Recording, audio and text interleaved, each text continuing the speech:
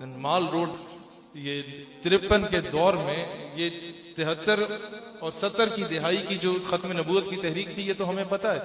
1950s میں جب پوری گورنمنٹ کی مشینری سارے توپیں ٹینکیں لے کے یہ باہر آ گئے تھے نا, یہ ظفر اللہ کے کہنے پہ یہ تھوڑی سی چیزیں ایجوکیٹ کرنے کی ضرورت ہے. جو پہلا فورن منسٹر تھا that bastard was a Qadiani, اور اس نے ہمارا جو تعلیمی نصاب ہے جو آج اسلامک کریکولم ہمیں نہیں پڑھایا جا رہا, وہ اس کی وجہ سے نہیں پڑھایا جا رہا کہ ایک اسد اللہ نامی شخص جو یہودی تھا then he had converted to Islam, اس کی پوسٹنگ کروا دی, جس کو قائد اعظم نے ڈیوٹی لگائی تھی کہ آپ نے اسلامک کریکولم انٹروڈیوس کرانا.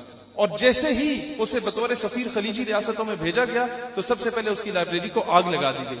اسی کی کسی غلط سٹیٹمنٹ کے خلاف سب سے پہلی ختم نبوت کی تحریک چلتی ہے, اور اس میں ایک دولہا اپنی بارات کے ساتھ جا رہا ہوتا ہے تو فائرنگ کی آواز آتی ہے, تو دولہے کی ماں پریشان ہو کے کہتی ہے کہاں سے آواز آ رہی ہے. تو ایک راہگیر گزر رہا ہوتا ہے, وہ کہتا ہے کہ ختم نبوت کے جانثار اپنے آقا پہ اپنی جانوں کا نذرانہ پیش کر رہے ہیں.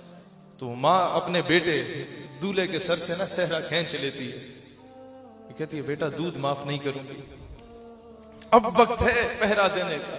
جب بچہ جاتا ہے نا اور گولیوں سے سینہ چھلنی ہوتا ہے تو کہتا ہے لوگوں گواہ رہنا, میری ماں کو کہنا میں نے پیٹھ پہ کوئی گولی نہیں کھائی. یہ تربیت ہے. میں ان نوجوانوں کو کہنا چاہوں گا, آج یہاں پر ہم لوگ اپنے ہم خیال کے درمیان بیٹھ کے تکبیر اور رسالت کی صدا بلند کرتے ہیں ختم نبوت کی. اس سے مغرب کو ضرور تکلیف ہوگی, لیکن اصل تکلیف تب ہوگی جب آپ ہی پینٹ کوٹ ٹائی پہننے والے نوجوان کالجز اور یونیورسٹیز سے نکلتے وقت تاجدار ختم نبوت کی صدا بلند کر رہے ہوں گے. آپ لوگوں پہ اربوں روپوں کی انویسٹمنٹ کی گئی, وفاق کا کش کے موت سے ڈرتا نہیں ذرا. ہاؤ ٹو ڈیفیٹ, اسے کس طرح ڈیفیٹ کیا جائے, اسے کس طریقے سے شکست دی جائے. وفاق کا کش کے موت سے ڈرتا نہیں ذرا, روح محمد اس کے بدن سے نکال دو, اور فکر عرب کو دے کے فرنگی تخیلات, ان کے بچوں کو عورت اور شراب کا عادی بنا دو سارے ٹھیکیداروں کے, یہ جتنے شیخ بنے پھر رہے ہیں عرب کے. فکر عرب کو دے کے فرنگی تخیلات, اسلام کو حجاز و یمن سے نکال دو. آج یہ کچھ ہو رہا ہے.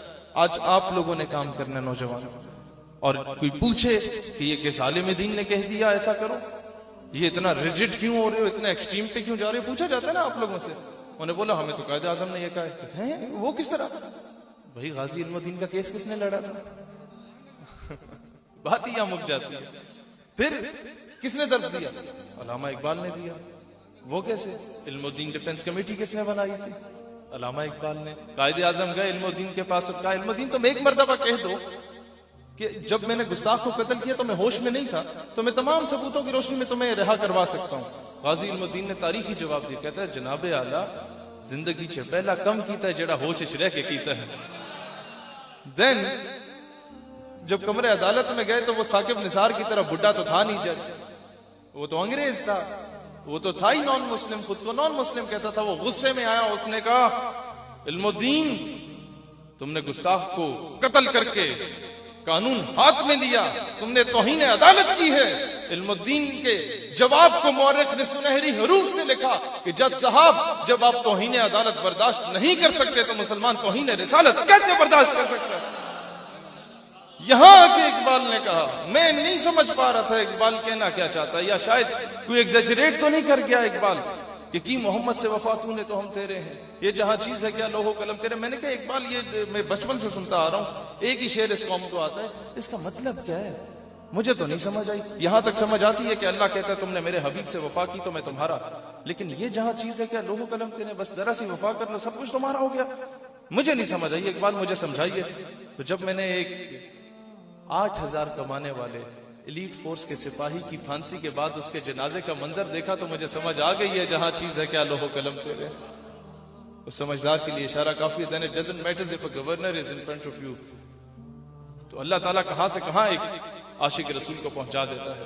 دوستان ذی وقار یہی پیغام ہے کہ آج لے ان کی پناہ, آج مدد مانگ ان سے, پھر نہ مانیں گے قیامت میں اگر مان گیا. اور انہیں جانا انہیں مانا, نہ رکھا غیر سے کام, للہ الحمد میں دنیا سے مسلمان گیا. دل ہے وہ دل جو تیری یاد سے مخمور رہا, سر ہے وہ سر جو تیرے قدموں پہ قربان گیا.